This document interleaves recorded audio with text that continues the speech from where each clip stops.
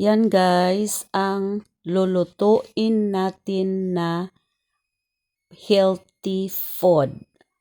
At ipakita ko sa inyo yung mga ingredients na ginamit ko at affordable lang siya guys. Kaya lang ng bolsa. Good morning guys! Magluluto tayo ng lunch. Ito ay kalabasa. Hatiin lang natin. At saka affordable lang siya guys for healthy food. And ito yung saluyot na isang bugkos ay 1 dirhams. At ito kaya rin ng bulsa 1 dirhams ang talong. At saka may sibuyas na tayo guys. At ito yung napaka the best ay hipon na 12 pieces ay 9 dirhams. So makakaluto na tayo. Hatiin lang natin for the next day na may ulam ulit. Siguro 6 na piraso lang. At saka napaka healthy food guys. Kasi lahat ay gulay. Oh, ito guys, makikita mo. So, mag-start na tayo na mag-prepare na magluto. Tingnan mo guys, 6 na piraso lang pero ang lalaki, di ba? Tanggalan natin ng yung pagkain dito sa likuran. Yung timba. Yan na guys, ang preparation ko. Saluyot, kalabasa, talong, hipon, at sibuyas. Yan ang lulutuin natin.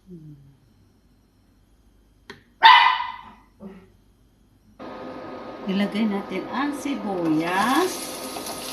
Guys. Tapos, ilagay natin ang hipon. Lagyan natin ng asin para pampalasa. Takpan natin ng saglit. Ilagay natin ang kalabasa.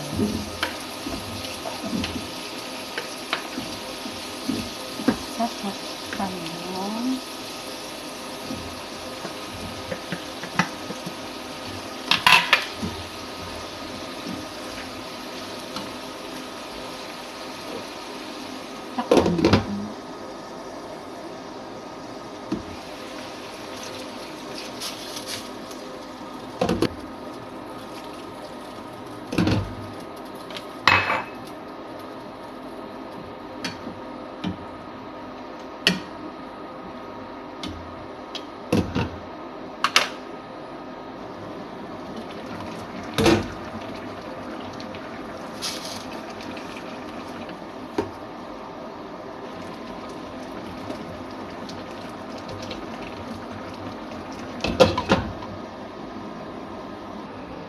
Wow, guys.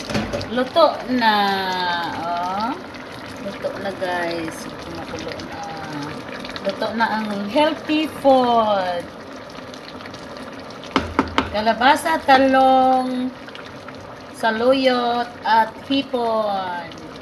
Sarap na ang ulam ko. Thanks you, guys. Ayan na guys, kakain na tayo. Halika kayo guys, saluhan nyo ako, kakain tayo ng niluto ko na gulay na mura pa at affordable healthy food. Tara, kain tayo guys. Ang sarap ng kain ko. Sobrang busog. Kaya ito guys ang buhay OFW. Pasalamat ka na kung may makain ka o wala. At least diskarte mo na makaluto at makakain ng tama. Kaya wag pabayaan ang sarili, magdiskarte ng maaga.